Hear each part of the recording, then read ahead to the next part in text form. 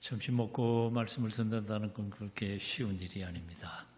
사실 70 노인네가 3번 설교하는 거 그건 쉽지 않죠. 쉽지 않지만 그래도 큰 별 문제가 아닌데 앉아서 듣는 사람들이 하루에 3번 설교 듣는다는 거 이거 쉬운 것 아니고요. 더더군다나 점심 먹고 한창 졸릴 때 집중해서 들으려고 그러는 게 이게 쉽지는 않을 것 같아요. 애도를 표합니다. 졸리면 주무세요. 예. 하나님께서 여호와께서 사랑하는 자에게 잠을 주신다 그랬으니까 사랑하는 증거인 줄 알고 제가 상처는 조금 받겠지만 그래도 조는 거는 설교자의 잘못이죠. 얼마나 재미없으면 그냥 졸았을까. 그렇죠? 주무셔도 괜찮아요. 성경 말씀 한 군데 더 읽어보도록 하겠습니다. 누가복음 5장 15절 16절 함께 같이 읽어보실까요? 여러분들 성경책 없으면 핸드폰 딱 찾아가지고 띄워주셨네요. 우리 함께 그럼 앞에 같이 보시면서 함께 읽어봅니다. 시작.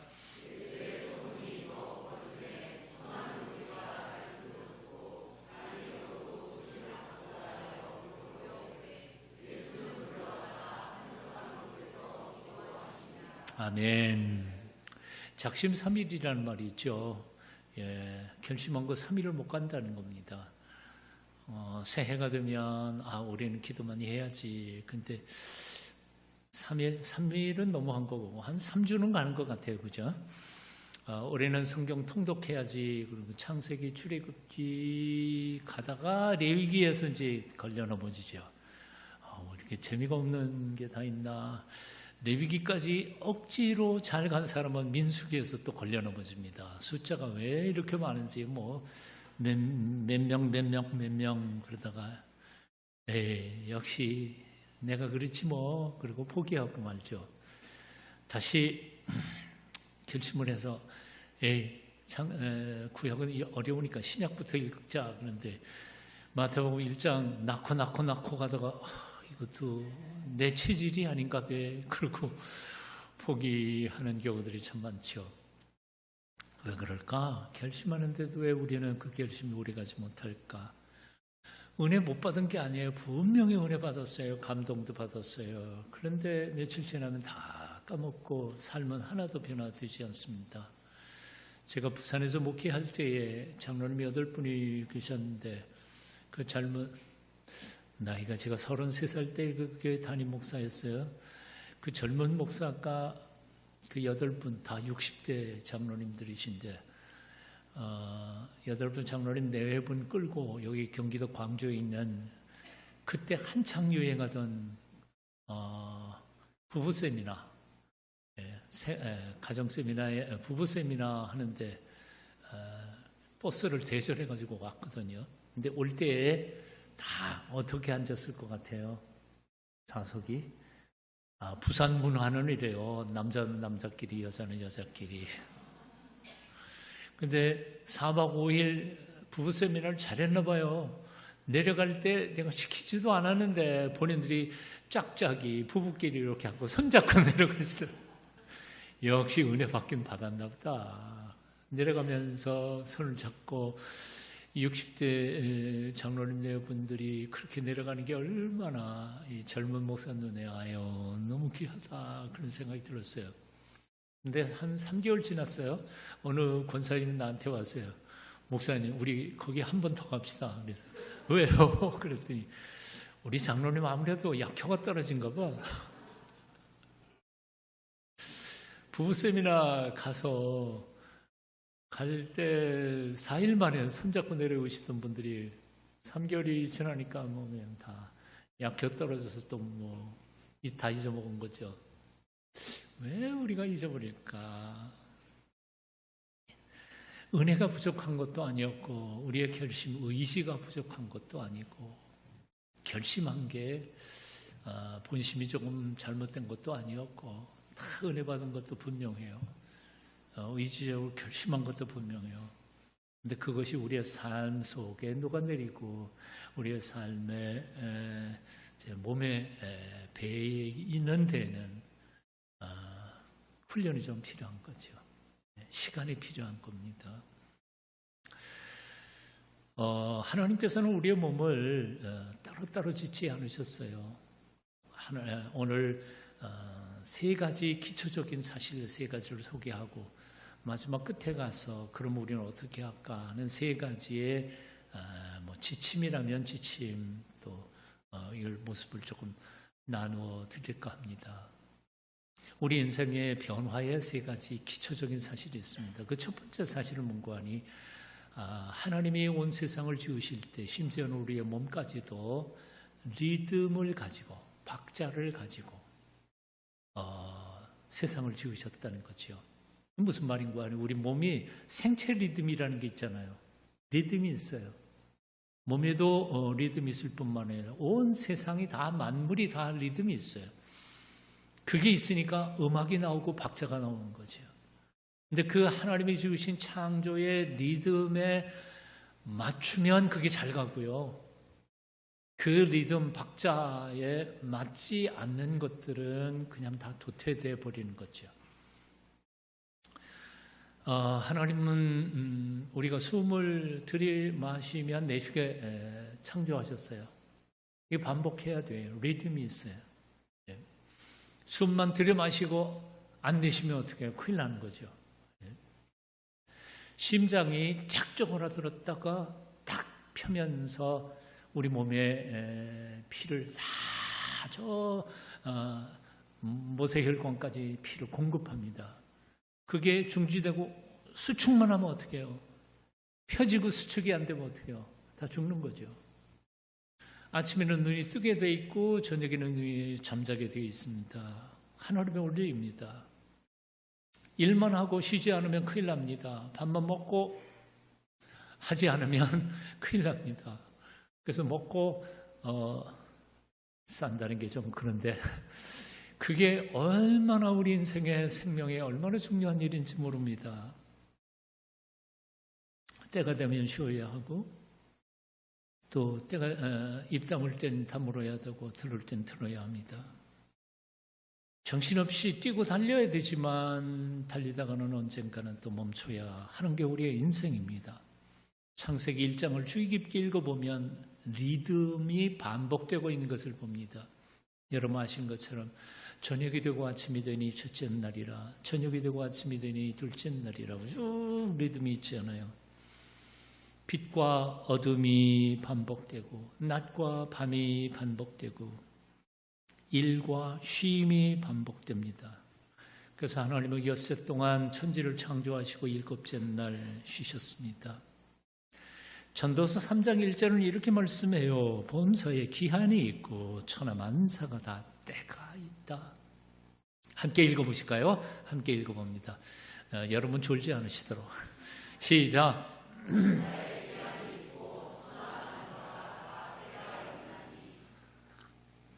그래요. 모든 일은 다 때가 있어요. 사람들한테 나아갈 때도 있지만 하나님께로 물러설 때도 있습니다. 홀로 있을 때가 있고 함께 더불어 뛸 때도 있습니다. 함께 더불어 뛰기만 하면 그 사람은 얕은 자신을 성찰하지 못하는 아주 얄팍한 인간이 돼요. 놀기만 하는 거죠. 자기 혼자 처박혀서 고독을 즐기면 그 사람은 성숙할 수가 없어요. 원만한 인간이 안 돼요. 그래서 보네포라고 하는 한 200년 만에 한 번 나타날까 말까 한다는 신학자인 보네포는 그런 말을 했어요. 홀로 있기를 즐거워하느냐 함께 있기를 노력해라. 함께 있는 것이 좋으냐 홀로 있는 법을 배워라. 고독 훈련과 공동체 훈련 이것은 반복돼서 리드미컬하게 가야 합니다. 사람에게 나아갈 때가 있고 물러서서 주님과 함께 나를 지으신 창조주 하나님 앞에 고독하게 자신을 돌아보는 성찰의 시간이 꼭 필요한 겁니다. 그런데 오늘날 현대인들은요, 하나님이 주신 이 생체 리듬 혹은 영성의 리듬, 영적인 삶의 리듬을 잊어먹고 살아요. 쉬어야 될 때 안 쉬고요. 일해야 할 때 게으른 사람도 있고요. 잠자야 되는데 잠 안 자요. 그리고 깨야 되는데 깰 수가 없어요. 이게 문제입니다. 현대인들은 하나님께서 내 몸에 새겨주신 그 박자, 리듬을 따라 사는 사람들이 아니라 핸드폰 알림 소리의 리듬에 반응을 해요. 어디에 보니까 그런 거 있더라고요. 미국의 청년들, 10대 청년들이 SNS, 핸드폰에 울리는 SNS에 하루에 5시간씩 본대요. 그러다 보니까 미치는 거예요. 동료 친구, 아이들이 땡랑 하면 그거 읽고, 반응하고, 또 하나 땡랑 하면 반응이 있고, 그러다 보니까 자기를 돌아볼 시간이 없어요. 공부할 시간도 별로 없어요.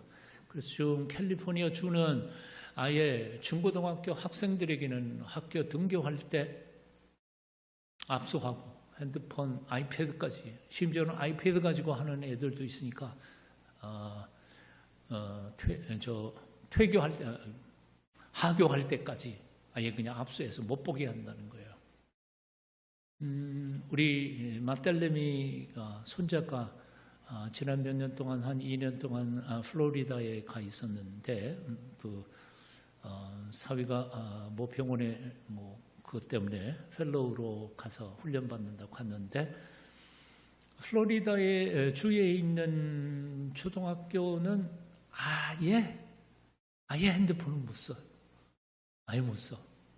왜냐면 거기 말려드니까. 그래서 최근에 오늘 유튜브 보니까 그게 나왔더라고요. 미국의 10대 아이들 중에 3시간, 5시간 동안 이거에 매여 있던 아이들이 어느 날 갑자기 그것을 벗어나서 그걸 안 보기 시작하는 순간 너무너무 행복해지더래. 본인들이 깨닫는 거예요. 부모님이 방치한 게 아니고. 그래서 그 아이들의 요즘 분위기가 뭐냐면 옛날 폰, 뭐라 그러잖아요. 그 무슨 몰라 하여튼 옛날에 모토로라 이게 접는 거 그냥 전화하고 전화 받는 것밖에는 못하는 거 멍텅구리 폰 거기에다가 지들이 이런 거 저런 거 다 붙이고 장식해가지고 그거 들고 다닌대. 그런데 그 아이들 고백하는 내용 보니까 너무 행복하대. 이제 매이지 않고 살아서. 그거는 건강한 운동인 것 같아. 제가 알기로는 벌써 몇 년 전서부터 그랬습니다. 이 핸드폰이나 이런 최첨단의 샌프란시스코 거기 그 첨단 산업단지들이 있잖아요. 애플도 있고 그런데 그 애플이나 이런 이제 CEO들의 자녀들은 심지어는 스티브 잡스도 마찬가지였습니다. 글들 보니까 자기 자식들에게 고등학교 졸업할 때까지 핸드폰 안 사줬어. 고등학교 졸업할 때까지요. 요즘 애들 그랬다가는 아마 데모할 거예요, 집에서. 요즘 안 들고 다니는 애들이 없잖아요. 근데 그게 결코 이롭지 않은 거예요. 거기 매이고 사는 거니까. 땡랑하고 생각을 깊이 하지 못하고 오히려 그래서 그쪽의 CEO들은 핸드폰을 안 주고 오히려 가장 아날로그식으로 산에 등산하고 놀러 다니고 바닷가 가고 몸과 발로 헛거뒹굴면서 키워갈 때 비로소 오히려 나이 들어서 더 깊이 AI를 이기는 창조적인 머리를 가지게 된다는 거죠. 제가 왜 이 얘기했는지 모르겠다. 요즘에는 이 핸드폰 때문에, 카톡 때문에, SNS 때문에, 유튜브 때문에 사람들의 신경이 다 그쪽으로 팔려가지고 제대로 건강한 생각, 건강한 삶을 살아가지 못한다는 거예요. 조금 읽어볼게요. 휴대전화 알림 소리에 더 민감하게 반응하는 현대인들. 아침에 눈을 뜨자마자 휴대전화를 열고 카톡을 보고 메일 보고 문자를 보고 간밤에 무슨 일이 없었나 유튜브 보고 확인해야 안심이 되는 현대인들. 그래서 밤이 되어 몸은 쉬라고 하는데 마지막 피곤해서 눈물이 날 만큼 TV 마지막 화면까지 보고 그리고 유튜브 끝까지 보다가 피곤해서 그냥 쓰러져 자. 그 리듬이 다 깨진 거죠. 몸은 제발 멈춰달라고 신호를 보냈는데 계속 깨어있으라는 세상 소리에 몸을 혹사시키고 있다는 거죠. 그래서 잠은 잤는데 여전히 피곤하고 사람들을 많이 만났는데 여전히 나는 외롭고 고독하고 정보와 지식은 감당할 수 없을 만큼 차고도 넘치는데 나는 왜 사나 어디로 가나 무엇을 해야 하나 이것에 대한 정답은 하나도 모르는 거예요.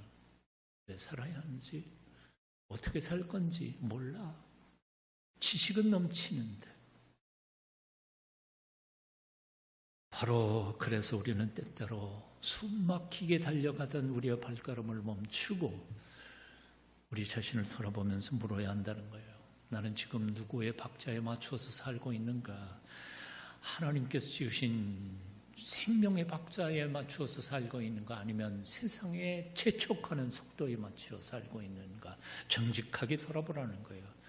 나는요, 여기, 이 교회에서 제가 행복한 게 하나 있어요. 죄송합니다. 연세 드신 분들에게 대해서는. 희망이 이 사람들이라. 젊은 사람들 얼굴 보니까 너무 마음이 들어요. 희망이 있어요. 지금부터 그 세상의 구조, 거기에 빠지지 않고 창조적 사고를 한다면 AI가 정복하는 게 아니고 AI를 가지고 재미있게 노는 리더들 될 줄로 믿습니다. 지금부터 여기에 빠져 있는 사람. 저도 사실은 나이가 70 넘었지만 AI 3개 쓰고 있습니다. 별로 안 놀라네. AI 저만큼 컴퓨터, 아이패드 저만큼 쓰는 사람 별로 없어요. 우리 후배 목사님들도 보면 50대, 60대도 저 못 따라와요. 그런데 AI에 정복당하지 않으려면 거기 지금부터 그렇게 말려들어서는 안 된다는 거예요. 오히려 그걸 끊고 창조적이고 자기를 성찰하면서 하나님이 만들어 놓으신 생체 리듬을 따라서 경건한 삶을 살아가기를 노력하고 했을 때 하나님은 이 AI 시대에 가장 뛰어난 리더들을 아마 교회에서 만들어 갈 것이라고 생각이 듭니다. 희망이 있어요. 희망이 있어. 첫째, 기초적인 사실 첫 번째가 하나님이 우리를 리드미컬하게 창조하셨다는 사실이에요. 그게 성경 전체에 나오는 얘기입니다. 그리고 두 번째 사실은 바로 예수님의 삶에는 바로 나아감과 물러감이 있었습니다. 즉 리듬이 있었어요. 예수님의 생애를 보면 오늘 누가복음 5장 15절 읽어보시면 예수님의 사역은 엄청나게 확장되고 있었습니다. 다시 한번 읽어보면 이래요. 예수의 소문이 더욱 퍼지며 수많은 무리가 말씀도 듣고 자기 병도 고침을 받고자 하여 모여오되 새까맣게 몰려온 거예요. 군중이 몰려오고 있어요. 이 대단한 거 아니에요? 보통 이런 사람들이 군중이 몰려와서 내 물건 사고 뭐 북적거리고 장사 잘 되고 그럴 때 보통 사람들 같으면 뭐라고 그래요? 이럴 때 기분 좋은 거지요. 기회는 두 번 오는 거 아니야. 물 들어올 때 놓줘. 그래서 밤 패고 병 드는 건 둘째 쳐놓고 밤 패고 더 열심히 하자. 더 열심히 하자. 밤 새워라. 사람 더 갖다 쓰고 그러지 않겠어요? 그게 바로 현대의 사업의 철학인 거지요. 그런데 예수님은 정반대로 하셨어요. 오늘 보면 그 다음 말씀 보시면 이렇게 써 있습니다. 16절 같이 읽어보실까요? 예수는 물러가사 한적한 곳에서 기도하시니라. 물러가셨어요. 사람들은 구름대같이 몰려오는데 예수님은 칼날같이 끊고 물러가셨어요. 영어로 retreat라는 말이 있잖아요. retreat, withdraw라고 영어 성경이 나오는데 retreat가 뭐예요? 퇴수회, 물러가서 조용한 데서 다시 자신의 삶을 성찰하고 돌아보는 거예요. 예수님께서 물러가셨어요. 한적한 곳에서 기도하세요. 누구에게? 아버지 하나님과 함께 교제의 시간을 가지고 계셨던 거죠. 예수님은 구름대처럼 몰려드는 군중을 피해서 한적한 곳으로 물러가셨습니다. 사람이 없어서 물러간 게 아닙니다. 할 일도 없고 기도할 시간 남아 돌아서 기도하신 게 아니에요. 사람들 몰려오는데 한적한 곳으로 물러가셨어요. 불같은 요청들이 있었어요. 말씀도 가르쳐 주세요. 병도 고쳐 주세요. 사람들을 그렇게 요청하는데요. 예수님 칼날같이 끊고 아버지와의 대화를 위하여 고독의 시간을 가지신 거죠. 예수님은 사람들의 필요에 응답하지 않으신 게 아니에요. 사람들이 필요한데 가서 도와주셨어요. 아니, 그러나 그런 불같은 요청이 있을 때에도 물러가야 할 시간, 그 박자에는 물러가셔서 하나님 앞과의 교제의 시간을 가졌던 거죠. 그러니까 예수님의 삶의 중심에는 사람들이 있었던 게 아니라 하나님이 계셨던 거예요. 물어요. 여러분들의 삶의 중심에 누가 계세요? 사람들 눈치 봅니까? 아니면 교회 중심입니까? 하나님 중심이에요. 하나님 앞과 나하고의 관계가 제일 중요한 거예요. 이거 깨지면 아무것도 되는 게 없어요. 나를 떠나서는 너희가 아무것도 할 수 없느니라. Apart from me, you can do nothing. 아무것도 할 수 없어. 아무것도.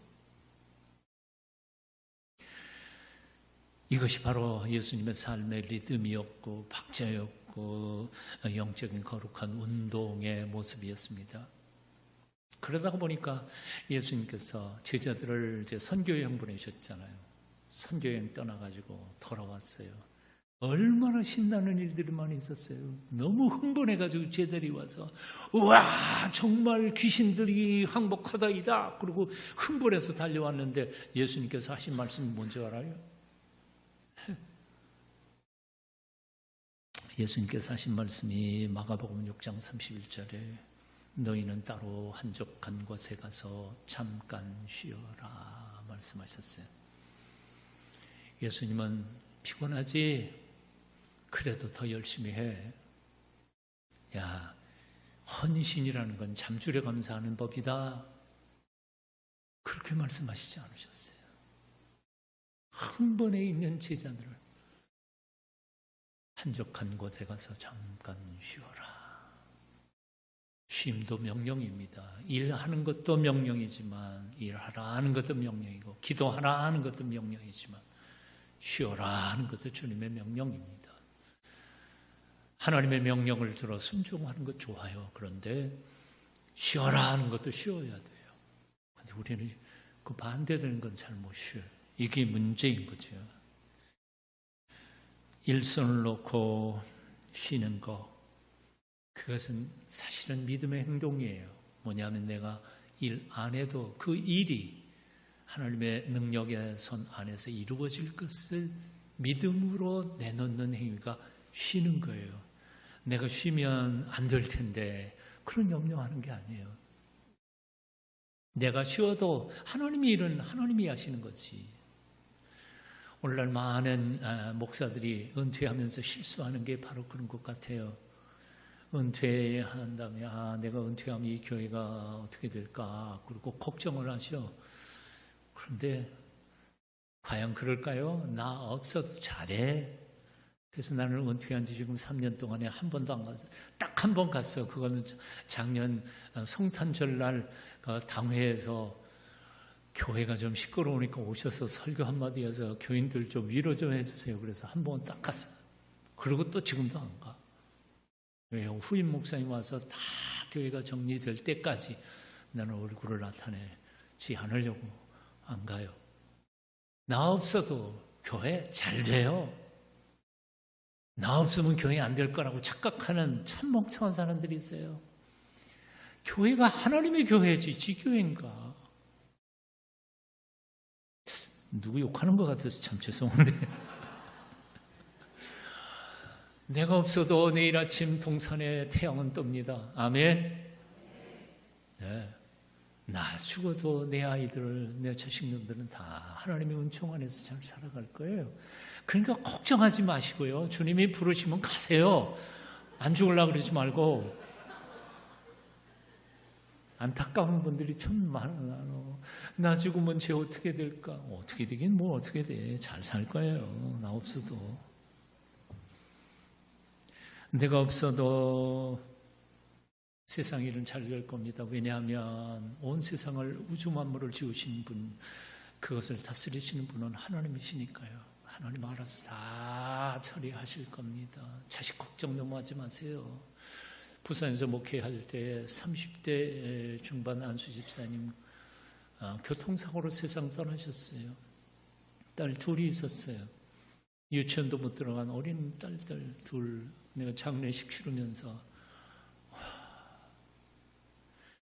목회한 지도 이제 몇 년 안 된 이 젊은 목사가 그 장례식, 그런 장례식을 어떻게 인도하겠어요? 그래서 나 혼자 뭐 장례 예배 드리다가 나 혼자 펑펑 울었네요. 기도를 이렇게 했어. 지금 생각해도 좀 멍청했던 것 같아요. 하나님, 어째 자꾸 이 가정에 집사님 데려가셨나요? 그리고 이 아이들은 앞으로 어떻게 살라고. 그냥 막 울면서 땡깡을 쓰면서 하나님 앞에 기도했어요. 그냥 울음바다가 되긴 했지만 나도 대답은 못 들었어. 근데 요즘 세월이 한 30년, 한 40년, 30년 지나갔는데 요즘 얼마 전에 오라 그래서 부산 내려갔다가 소식 들었어요. 잘 산대. 걱정 말아요. 하나님이 살아계세요. 사도 베드로는 노년에 이렇게 후배들에게 편지를 썼습니다. 베드로전서 5장 7절 너희 염려를 다 주께 맡기라. 아멘. 이는 그 이유는 그가 너희를 돌보심이라. 우리 한글 성경 이건 옛날 말투라 이거 좀 새롭게 바꿨으면 좋겠는데 이는 이라는 말이 나오면요. 제가 국어선생 출신이니까 이거 알아요. 이는은 왜냐하면이라고 번역하고요. 그 뒤에 거는 때문이다. 그렇게 해석하면 정확해요. 그러니까 이런 너희 염려를 다 주께 맡기라. 왜냐하면 그가 너를 돌보시고 계시기 때문이다. 아멘. 영어 성경은 특별히 은혜가 돼요. Cast all your anxiety on him. Cast라는 말이 무슨 뜻인지 아세요? 던지는 거예요. 던져버리는 거예요. 염려를 하나님께 던져버려. 도로 찾아오지 말고. 너무 많은 교인들이요. 예배당에 와갖고 하나님 어째요? 맡아놓고 펑펑 울면서 맡겨놨어요. 그리고 일어나서 돌아갈 때는 도로 주워가지고 또 죽어. 그리고 집에 가서 아이고 어떡하나. 그게 무슨 맡기는 거예요. 너희 모든 염려를 다 주께 맡겨버리라. 왜냐하면 He cares for you. 그분이 너희를 다 케어하고 있단 말이에요. 보살피고 있으니까 걱정하지 말라는 거죠. 자, 어때요? 두 번째, 예수님의 삶에는 물러남과 나섬 이 리듬이 있었습니다. 그러니까 그 리듬을 기억하시면서 예수님처럼 물러날 때 물러나고 나올 때 나오고 잘 때 좀 주무시고요. 저녁에 주무실 때 사실 70 넘으니까요 잠이 잘 안 오더라고요. 뭐 너무 어르신들 뭐 하겠지만 잠이 안 와요. 쓸데없는 생각이 이렇게 많아요. 눈 감았는데 잠이 안 와. 그래서 저 같은 경우에는 뭔지 아세요? 예, 설교 준비하는 거예요, 그냥. 설교 묵상해요. 다음 주에 할 설교. 우리 집사는 가만히 보니까 걱정이 그렇게 많아요. 그래서 밤새도록 세워. 큰 딸내미 잘하고 있는데 자꾸 걱정을 해요. 작은 딸내미 잘하는데 자꾸 걱정을 해요. 그래서 저녁에 눈 감고 자는 거 믿음이에요. 믿음이야. 저녁에 잠잘 때 뭐예요? 나 잠자는 동안에도 하나님께서 보살피시고 일하신다는 사실을 믿는 믿음으로 맡겨놓고 자는 거예요. 시편 127편에 보면 아까도 얘기했지만 여호와께서 사랑하는 자에게 잠을 주시는도다라는 말씀이 있잖아요. 그런데 그 말씀의 히브리 원전의 의미를 재해석하신 어느 구약 신학자 교수님의 해석을 보니까요, 본래 뜻은 이런 거래요. 우리가 잠자는 동안에도 여호와 하나님은 우리를 위하여 일하고 계신다, 그런 뜻이래요. 그러니까 그걸 믿는 사람은 그냥 자는 거죠. 굴굴 자는 거죠. 조금 있다가 이제 저녁 기도에 대한 이야기 나오겠지만 거기서 다시 한 번 더 하렵니다. 저녁에 다 맡겨놓고 잠자는 것 자체가 하나님의 은혜고 믿음이라는 생각이 듭니다. 자, 세 번째 기초적인 사실이 있습니다. 그건 뭔가 하니 반복이 습관을 만들고 습관이 살 인생을 만든다는 거예요. 한번 같이 읽어볼까요? 행동이 시작.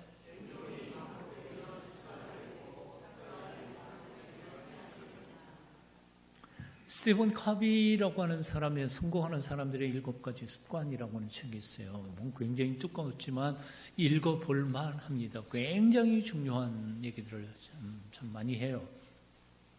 거기에 요약하면 간단히 말하면 이런 거예요. 나쁜 습관 가진 사람은 나쁜 인생 살아.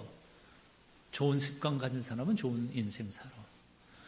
성공하는 데 도움이 되는 행동, 그 습관을 가진 사람은 반드시 성공하게 돼 있어. 근데 꼭 실패할 행동만 반복하는 사람은 당연히 실패해. 실패할 행동만 반복해서 하면서 자기 사업이 성공하기를 원하는 어리석은 사람을 이 스티븐 커비는 너무 많이 본 거예요. 내가 행복할 수 있는 인생을 살아갈 수 있는 그 행복하게 만드는 행동을 하는 삶이 반복되면 행복하게 되는 습관이 생기고 그 습관이 몸에 밴 사람은 행복하게 인생을 살 수밖에 없는 거예요. 그러니까 문제는 나는 누구 때문에 할 필요가 없어요. 내가 오늘 하루 종일 내가 행동하는 행동들이 과연 내 인생을 행복하게 만드는 행동을 하고 있느냐, 그래서 그 행복하게 만드는 행동들이 습관이 됐느냐, 그 습관이 반복해서 나의 성품이 되었느냐. 근데 그게 쉬운 건 아니죠. 왜냐하면 시간이 지나니까. 행동이 많이 반복될 때 습관이 되고 습관이 많이 반복될 때 인생이 되기 때문에, 그래서 너나 할 것 없이 조금 몇 번 하다가 별로 열매가 없으면 그냥 중간에서 포기해요. 그러니까 망하는 거지. 그러니까 망해. 반복하는 것이 당장 열매가 보이지 않아도 자꾸 반복하고 또 반복하고 계속 반복하다가 보면, 그러면 그 좋은 행동 습관이 성공하게 되는 거죠. 제가 마찬가지 지금 할 수 있는 얘기 그거밖에 없으니까, 검도 맨 처음에는 이 들 수가 없어요. 600g 죽도 들 수가 없어. 그만큼 몸이 약해졌으니까. 그러나 한 번 들고 두 번 들고 한 1년 했다 그래서 금방 건강이 회복되겠어요? 그렇지는 않아. 그러나 한 5년쯤 하다가 보니까 완전히 회복됐어요. 너무 좋았어. 그래서 제가 그 장로님 건물 지하에 검도장에서 하다가 일주일에 3번 나가다가 안 되겠다 그래서 우리 교인들도 이 좋은 거 해야 된다 그래서 교회 지하 2층에다가 검도장 차렸어. 그래서 월, 수, 금 사범님 그쪽으로 와가지고 화, 목, 토는 우리 교회로 오셔서, 그래서 교인들 중에도 검도 시작하고, 교회 안 나오는 사람들도 동네 주변에 검도하고 싶은 사람 오고, 그래서 종로 경찰서 형사 과정 예수 안 믿는 사람인데 형사나 군인이나 이런 사람들은 단위에 올라가면 봉급이 올라간다네요. 그래서 그냥 와가지고 교회에서 하니까 검도 시작할 때 기도하고, 자기도 와서 기도하죠. 기도하고 같이 한 2시간 뛰고 그러고 가곤 했어요. 맨 처음에 4년, 5년 힘들어요. 지루해요. 재미없어요. 근데 그걸 꾸준히 하다가 보니까 지금 이렇게 20년 지나니까 지금 뭐 30대 이제 검도하는 아이들 뭐 1, 2단 정도 제가 가지고 놀 수 있어. 어떻게 해요? 20년 했으니까 눈에 보이는 게 있는 거죠. 우리가 작은 행동 지금 하지만 하루에 5분 기도, 말씀 한마디 암송 이거 별거 아니에요. 별거 아니지만 그게 몸에 배기 시작하고 반복되다가 보면 1년하고 2년하고 5년하고 10년 하다가 보면 그게 내 영혼의 근육이 만들어져서 결국 내 속에 일어나는 사탄의 괴기도 분별하고 사람들 가운데 싸우는 것도 분별해서 거기 말려들지 않고 하나님의 뜻을 온전히 이루어가는 하나님의 사람이 됐더라는 거지요. 다시 기억하십시오. 행동이 반복되면 습관이 되고 습관이 반복되어 가다가 보면 우리 인생이 된다. 이걸 기억해야 합니다. 이 리듬, 박자가 우리 생체 리듬, 삶의 리듬과 조율이 될 때 파워가 나타나는 거죠. 자, 그러면 이제부터는 아주 구체적인 얘기 할게요. 별거 아니지만 그러나 이렇게 작은 거 하루에 우리가 할 수 있는 거 3가지 그리고 일주일에 한 번 하는 거 1가지 소개를 드립니다. 첫 번째, 아침에 눈 뜨고 일어날 때 하는 거예요. 아침에는 뭐예요? 받으십시오. 뭘 받아요? 하나님의 은혜를 받아요. 사모하는 마음으로 하나님이 주시는 말씀을 받고 하나님께 주시는 용기를 받고 받아요. 아침은 받는 시간이에요. 그 힘으로 하루를 살아가야 하기 때문에 그래요. 하나님 앞에 무릎을 꿇고 하나님 앞에 기도하며 말씀 한 절 읽으면서 하나님의 주시는 힘으로 하루를 출발하는 시간입니다. 사실 우리 2부에서 오셨죠, 여러분들? 다 2부에서 오신 분들이죠? 3부에 갑자기 오신 분 없죠? 예. 2부에서 말씀드린 것처럼 우리 동숙교회 권사님 중에 한 분 남편이 갑자기 저녁에 주무시고 아침에 깨지 못해서 장례식을 치렀는데요. 참 그것도 난감하더라고요. 나는 그래도 연세 드신 분이 아프지 않고 하룻밤에 그냥 떠나면 그것도 은혜가 아닌가라고 생각했는데 권사님도 그렇게 생각 안 하더라고요. 장례 치르는데 권사님 뭐라고 우는지 알아요? 이 야속한 양반아, 말 한마디라도 남기고 가지. 그러고 우는데 그것도 말돼. 그래도 말을 갑자기 떠나가 버리니까 얼마나 섭섭했겠어요.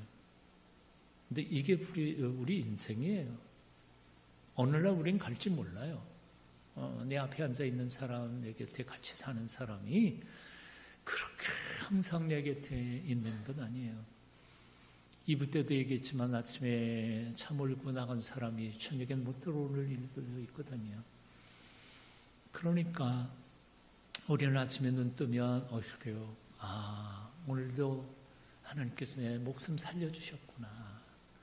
하나님 감사합니다. 새로운 새날, 새 기회를 주신 하나님께 감사하면서 오늘도 내가 살아갈 때 내 잔괴, 잔재주, 내 능력만 믿지 않고 나와 동행하시는 주님과 함께 승리하는 하루 살게 해주세요 하고 한번 기도하면서 하루를 출발할 때 오죠. 전혀 다른 인생을 살아가게 됩니다.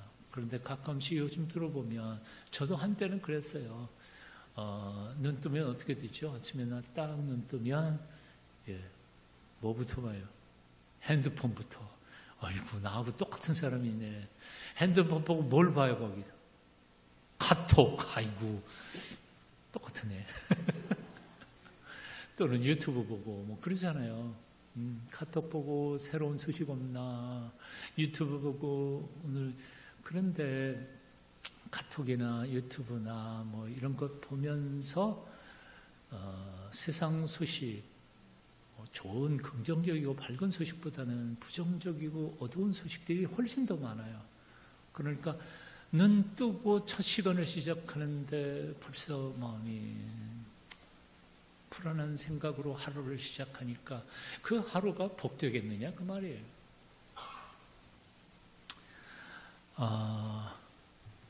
미국의 적극적 사고방식이라고 하는 책을 쓰신 분이 있어요. 놀만 빈센트 필이라고 하는 심리학자, 정신과고 그 다음에 나중에 이제 목사님이 되셨는데 이분이 친 Positive Thinking이라고 하는 책을 썼어요. 아주 오래전 책이에요. 지금 번역된 책들이 있는지 모르겠는데 여하튼 이 책에 보면요, 한 분이 상담하러 왔어요. 빈센트 빌 박사에게 상담하러 왔어요. 와가지고 무슨 얘기하느냐면, 박사님, 저 우리 하던 회사 쫄딱 망해버렸어요. 그래서 한 푼도 남지 않아요. 남은 건 빚밖에 없습니다. 그리고 절망하는 거예요. 그러니까 빈센트 필 박사가 그 사람한테 종이를 몇 장 내놓으면서 진짜 아무것도 안 남았는지 한번 점검을 해봅시다. 그리고 이렇게 흰 종이를 꺼내줬어요. 그리고 1번하고 내가 부르는데 크리스찬인 것 같은데 하나님 살아계심을 믿으세요? 어이구, 제가 사업 망했지 하나님 믿어요. 하나님 살아계심, 하나님 계시다. 2번, 아내 있어요? 제가 사업을 망했지 내 사랑하는 아내가 왜 없겠습니까? 아내가 있어요. 자식도 있고요. 2번, 나를 사랑하는 아내. 3번, 내 사랑하는 귀한 자식들, 자녀들. 4번, 이번에 사업 망해놓고 경험을 쌓으셨죠? 돈 다시 생기면 사업을 어떻게 다시 망하지 않고 새롭게 갈 수 있는 특별한 생각을 가지셔 배우셨나요? 아이고, 사업 경험 배웠다고. 이번에 정말 내가 돈만 있다면 이번에 다르게 해서 성공할 수 있을 것 같다고. 그러니까 사업 경험 쓰세요. 그리고 쭉 적어간 거예요. 10번인가 11번까지 가다가 이 놀만 빈센트 빌 박사가 이렇게 말합니다. 가만히 보니까 다 있네요. 돈 하나 빼놓고. 쭉 보다 그러네요. 돈만 없지 나머지는 다 있네. 정말 중요한 건 다 있어. 생각을 좀 바꾸자고. 내가 당신한테 내일 아침 일어나면서부터 해야 할 일을 드릴 테니까 그대로 하시겠냐고. 그러겠습니다. 빌립보서 4장 13절, 내일 아침 일어나서 눈 뜨기 전에 큰 소리로 속으로 하지 말고 큰 소리로 10번씩 매일 아침 외치라고. 내게 능력 주시는 자 안에서 내가 모든 것을 할 수 있느니라. 해보겠습니다. 그리고 그 다음날 아침에 가서 눈 뜨자마자 해보려고 그러는데 옆에 마누라도 있고 뭐 애들도 있고 그냥 이게 미친 짓이지. 이게 뭐 되겠나 진짜. 첫날은 그냥 넘어가요. 둘째 날 그래도 약속했는데 한번 해보자. 그러고 둘째 날부터 소리를 치기 시작했어요. 영어로 I can do all things in him who strengthens me. 나는 그 양반 때문에 이게 영어로 배운 거 있어요. I can do all things in him who strengthens me.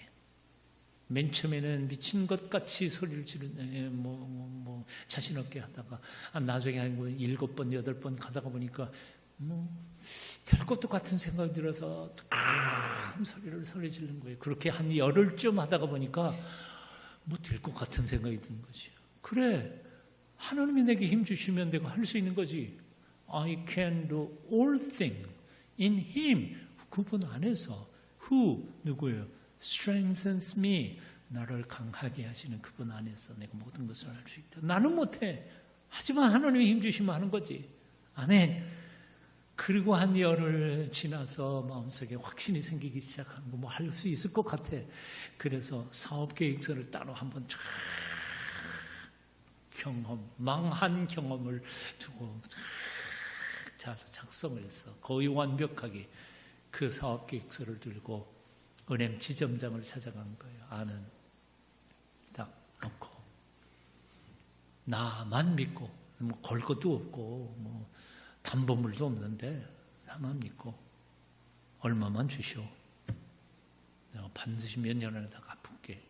그리고 사업 계획서를 딱 내미니까 지점장이 그 사람도 사업에 대한 경험이 있는 거니까 쭉 살펴보다가 보니까 될 것 같거든.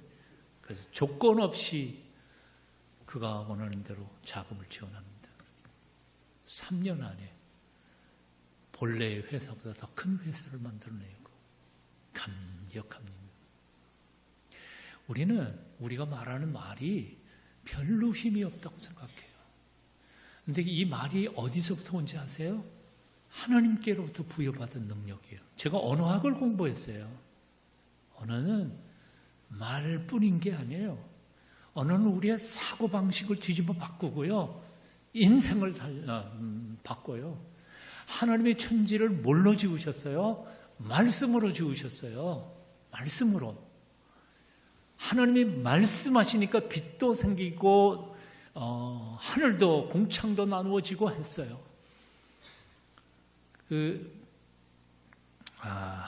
파우스트 이렇게 늙으면 생각이 안 나. 파우스트를 쓴 사람이 누구죠? 독일에? 괴테. 괴테가 생각이 안 나다니. 괴테가 파우스트를 거의 말년에 가서 썼어요. 근데 그 괴테의 파우스트 작품을 여러분 꼭 읽어보시면 다이제스트판 읽지 말고 이렇게 두꺼운 걸로 제대로 한번 읽어보세요. 근데 그 괴테의 파우스트의 첫 장면이 메피스토펠레스가 하나님하고 싸우는 장면이 이렇게 있고 그 다음 장면에 보면 파우스트 박사가 성경 요한복음 1장을 번역하는 장면이 나와요. 번역하는 장면이 나오는데 거기에 1장에 말씀이 육신이 되어 우리 가운데 거하심에 거기에 로고스란 말이 나오는데 이 로고스란 말을 어떻게 번역해야 하느냐 고민하는 파우스트 박사의 장면이 나옵니다. 그만큼 이 로고스, 말, 언어라는 말은 굉장히 중요하고 파워풀한 거예요. 우리 입에서 나가는 말 함부로 하는 게 아니에요. 말을 맨 처음에는 한 번 할 때는 안 그런 것 같아. 두 번 할 때는 될 것 같지 않아. 10번 반복하고 30번 반복하고 100번 반복하다가 보면 나의 의식을 바꿔가고 생각을 바꾸고 삶을 바꿔버리는 거예요. 해보세요. 틀림없이 나의 인생이 달라질 거예요. 아침에 눈 뜨자마자 아이고 또 하루 시작됐구나 그러지 마세요. 그러면 그날 아주 엉망일 거예요. 제대로 못 살아. 힘들고 아침에 일어나자마자 눈 뜨고 하나님 또 오늘 하루 주셔서 감사합니다. 오늘도 멋진 날 하나님께서 내게 복 주시는 날 될 줄로 믿습니다. 아멘. 내가 실패할 때 엎어질 때에도 하나님 나 다시 일으켜 세워주시고 끝까지 가게 해주십시오. 자, 이거 띄워주셨으니까 한번 읽어볼까요? 함께 읽어봅니다. 아침에 눈 뜨고 일어나서 같이 시작.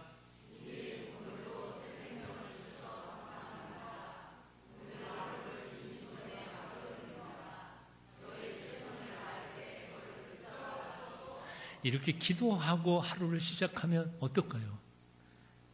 네. 요즘 밤 너무 저녁에 늦게 자요. 네. 아까도 얘기했지만 영화 볼 거 다 보고 이것도 보고 다 보고 그러다 보니까 1시, 2시에 자. 그럼 아침에 늦게 일어날 수밖에 없죠. 눈 딱 떠보니까 우와 늦었네. 그러고 그냥 얼굴도 제대로 세수도 못하고 회사 출근하는데 아침도 못 먹고 그 하루가 복될 수 있겠어요? 저녁에 조금 일찍 주무셔. 그리고 아까 자는 것도 믿음이라 그랬잖아요. 하나님께 맡겨놓고 근심 걱정 맡겨놓고 자. 그리고 아침에 일어나서 눈 딱 뜨자마자 굿모닝 그리고 하나님 앞에 우리 영성수련에서 이 저 아침 기도에 훈련하는 게 하나 있어요. 그 문관이 바로 눈 뜨자마자 하나님께 인사, 그리고 옆에 있는 사람들인데 옆에 아무도 없고 나 혼자 있으니까 그냥 생각으로, 영으로 인사하는 거예요. 우리 친구, 우리 엄마 아빠 멀리 계시지만 아빠 엄마 생각하면서 그에게 축복하고 인사하고, 그리고 세 번째 자기 몸에 인사. 우리는 내 몸이지만 내 몸의 상태를 잊어먹고 살 때가 많아요. 못 알아들으시네요. 오늘날 갑자기 아파서 병원에 가봐야 알아. 우리 교회에 필라테스 아주 최고의 강사들이 있는데 그 친구들이 30대 중반이에요. 영성 수련해서 얼마나 훈련을 예쁘게 잘 받는지 몰라요. 저희 수련은 거의 2030 세대가 50%래요. 나이 든 사람들이 뭐 50%고요. 그러니까 그 젊은 친구들이 강의할 때 이래요. 눈 감겨놓고 필라테스 시간에 자기 몸을 느끼라는 거예요. 내 어깨 상태가 어떤지, 내 마음의 상태가 어떤지. 이건 영성 수련하고 똑같아요. 내 무릎은 상태는 어떤지, 내 심장은 어떤지. 간은 잘 뛰는 건 아니죠. 이런 거 다 들어보고요. 주님 앞에서 내 아픈 데를 이렇게 손을 얹으면서 이것이 주님의 손이 되셔서 오늘도 잘 버티고 이겨나갈 수 있도록 힘주세요. 아침에 부탁하고 하루를 시작하는 거예요. 저를 너무너무 사랑해 주셨던 분이 온누리 교회의 하영주 목사님이신데 어느 날 만났더니 하 목사님이 저한테 그러세요. 서 목사 건강해서 좋겠다. 그분은 늘 그렇게 얘기를 하세요. 요즘도 검도 하나. 여하튼 간이 너무나 나빠지셔서 하루에 신장도 그렇고 뭐 이미 투석을 일주일에 3번씩 하던 그때에도 이렇게 말씀하시더라고요. 아침에 일어나면 자기는 꼭 기도하신대요. 신장아, 이렇게 되면서 미안해. 내가 너무 너를 부려먹었어. 그래도 힘내. 오늘도 함께 잘 뛰어보자. 가나, 미안해. 그러시면서 아침에 기도하시고 하루를 출발하신대요. 여러분 지금 몸 아프신 분도 아침에 눈 뜨고 하나님 앞에 내 몸 상태도 다 드리면서 그렇게 하루를 출발해 보세요. 그러다가 그날 하나님이 부르시면 가면 되는 거지요, 뭐.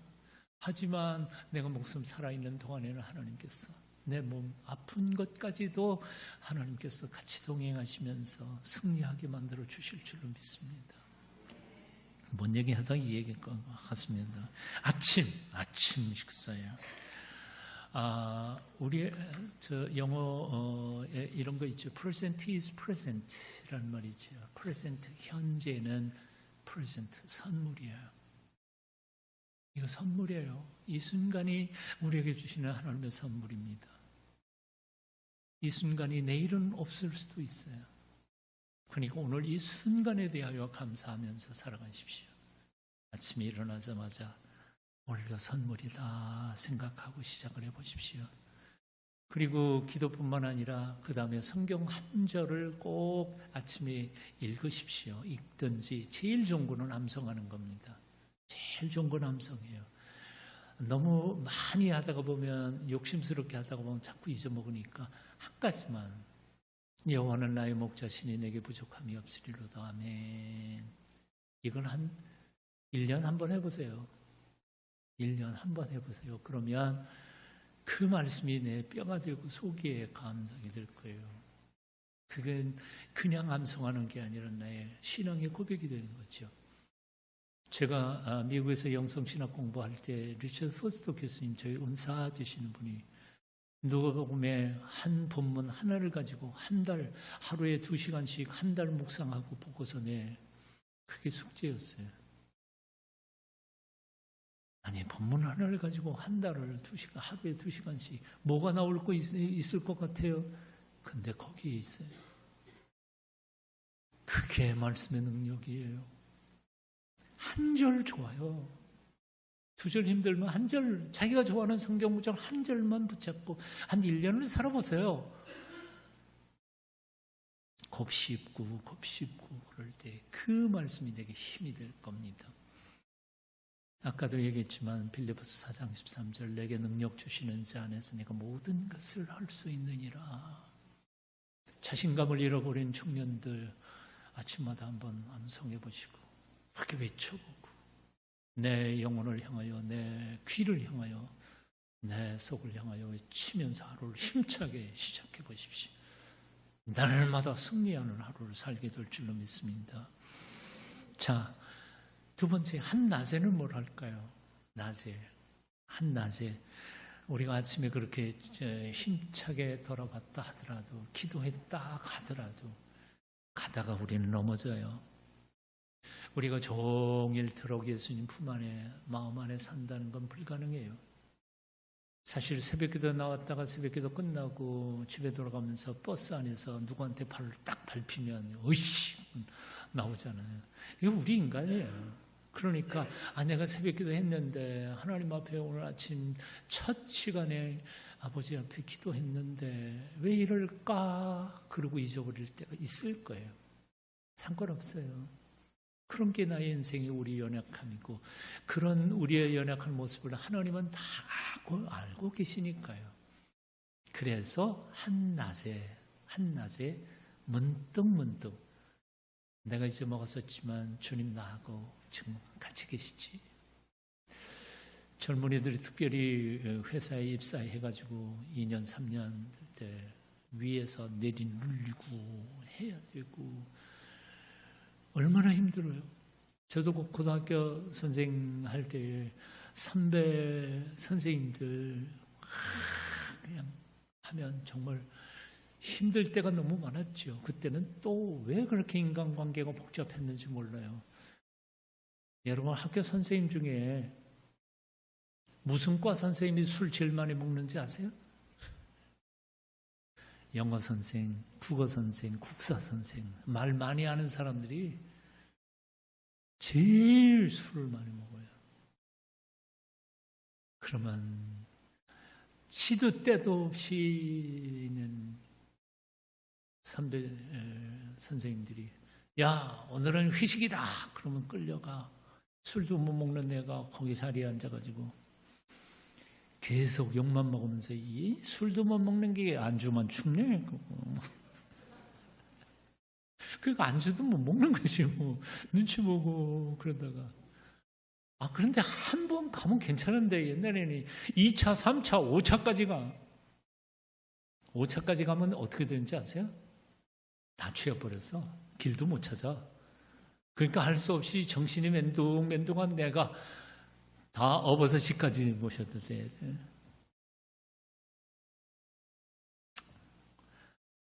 직장 생활하는 게 얼마나 어려워요. 그리고 공부하는 친구들도 마찬가지죠. 아니 요즘 40대 50대 위에서 내리누르고 밑에서 치받고 얼마나 힘들어요. 당연한 거죠. 어떻게 해야 될까요? 크게 결심하지 마세요. 딱 한 1, 2분만이라도 자기가 이런 자리에서라도 눈 딱 감고 심호흡 한번 해요. 너무 힘들고 고달프고 어려우면 심호흡 한번 해요. 그리고 주님 생각해 보세요. 주님 여전히 나의 곁에 지금 계실 거니까. 그리고 한마디 그냥 더 해요. 주님 나 너무 힘드네요. 그렇지만 힘 주세요. 다시 한번 해볼게요.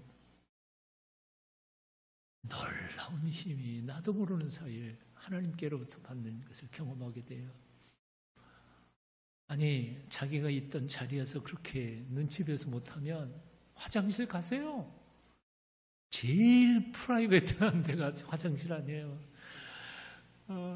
화장실 대변인데 들어가갖고 문 딱 잠그면 3분은 내 세상인데 거기서 하나님 앞에 엎드려 기도하는 거죠.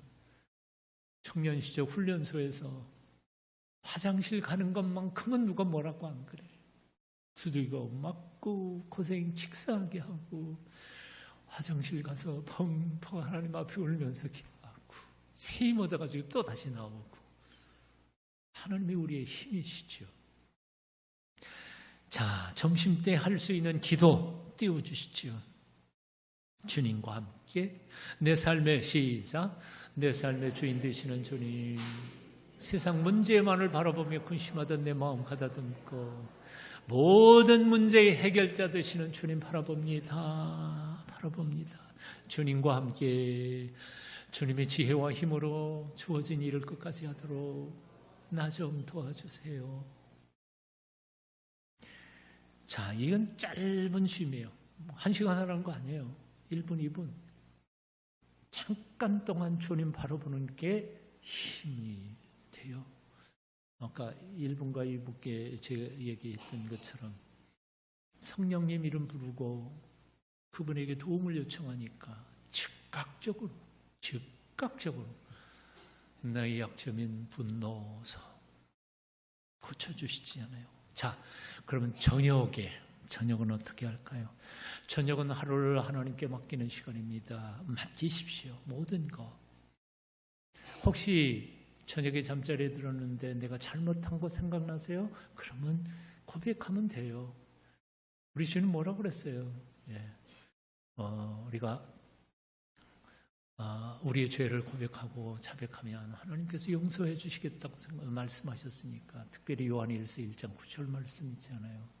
만일 우리가 우리 죄를 자백하면 저는 미쁘시고 이로우사 우리 죄를 사하시며 모든 불의에서 우리를 깨끗게 하실 것이요. 거기에 만일 우리가 우리의 죄를 자백하면 이라는 말이 나와요. 자백이라는 말이 헬라어로는 호모로게오라고 말해요. 아까 로고스라는 말을 했죠. 호모라는 말은 같다는 뜻이고요. 로게오라는 말은 말하다 그런 뜻이에요. 그러니까 호모로게오라는 말은 같이 말하다, 직역하면 동의하다 그런 뜻이에요. 동의하다. 뭔 얘기냐면 바로 이런 거예요. 자백한다. 우리가 회개한다 그런 거는, 회개하고 하나님 앞에 자백의 기도를 드린다는 거는 하나님이 모르는 죄를 우리가 알려드리는 게 자백이 아니에요. 하나님이 이미 알고 계세요. 내가 얼마나 실수했는지.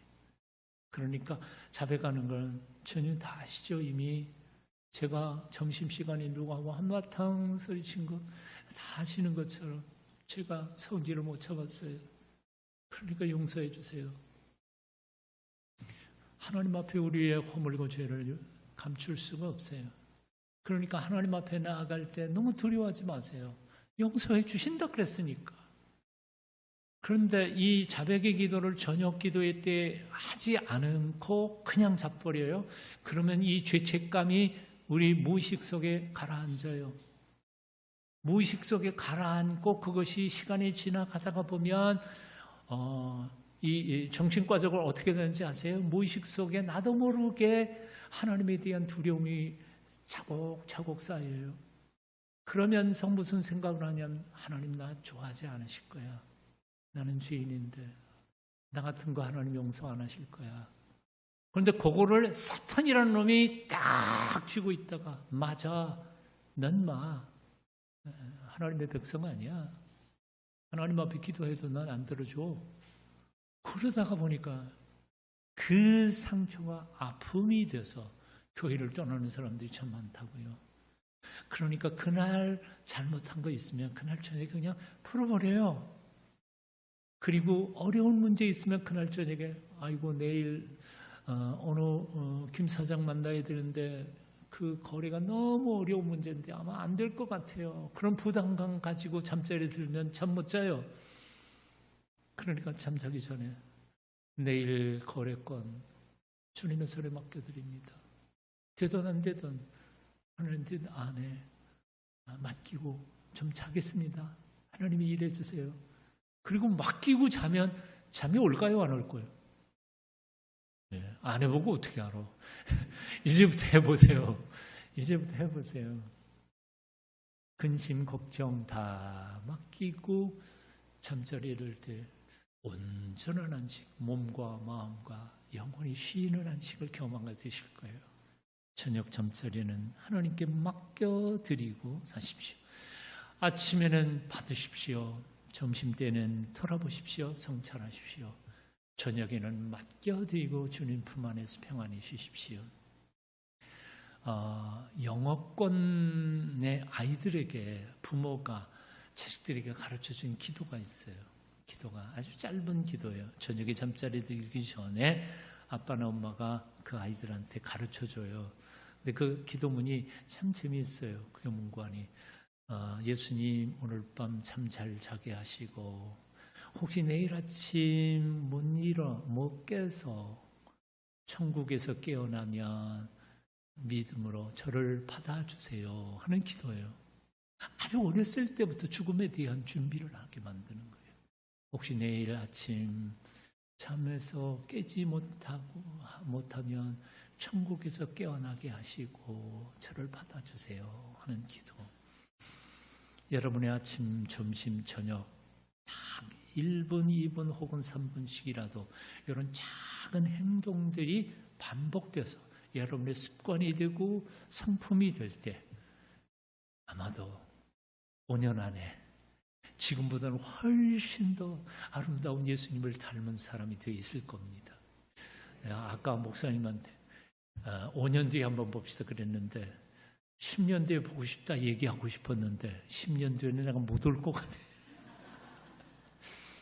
84살 이거 그때는 못 올 것 같아요. 근데 하여튼 5년 뒤에 여러분들이 얼마나 예수님을 아름답게 닮아가는 사람들이 됐을까 기대하면서 기도하겠습니다.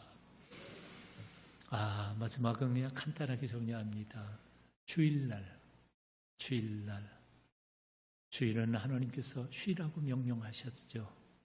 요즘은 이게 잘 안 됩니다만 삶의 이유와 목적을 발견하는 나의 정체성을 찾는 복된 날, 하나님이 주신 날, 이 날을 꼭 구별하여 하나님 앞에 온전한 시간들을 들이실 수 있기를 바랍니다. 잠깐 기도하겠습니다. 창조주 하나님, 우리를 예수님의 형상대로 변화시키시는 은혜를 감사합니다. 우리가 신앙의 목표를 낮추지 않고 예수님을 바라보게 하시며 포도나무 되시는 주님께 꼭 붙어 있어 그 생명을 날마다 순간마다 공급받아 살게 도와주시옵소서.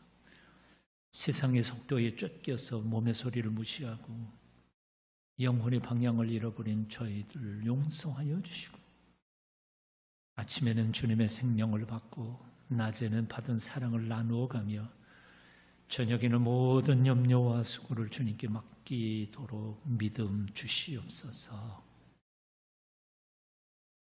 이제는 우리 주 예수 그리스도의 그 크신 은혜와 아버지 하나님의 만극하신 사랑과 성령님의 감화, 감동, 교제케 하여 주심이 오늘도 주 앞에 아름답게 예배하고 들은 말씀 그대로 남은 여생 살아보겠다고 몸부림칠 때 은혜 베풀어 주실 우리 하나님, 믿음으로 살아갈 앞으로 이 사랑하는 주의 백성들 한 걸음 한 걸음 걸음 위에 성도들의 머리 위에 일터마다 가정들 위에 지금부터 영원까지 함께 계시기를 간절히 축원하옵나이다. 아멘.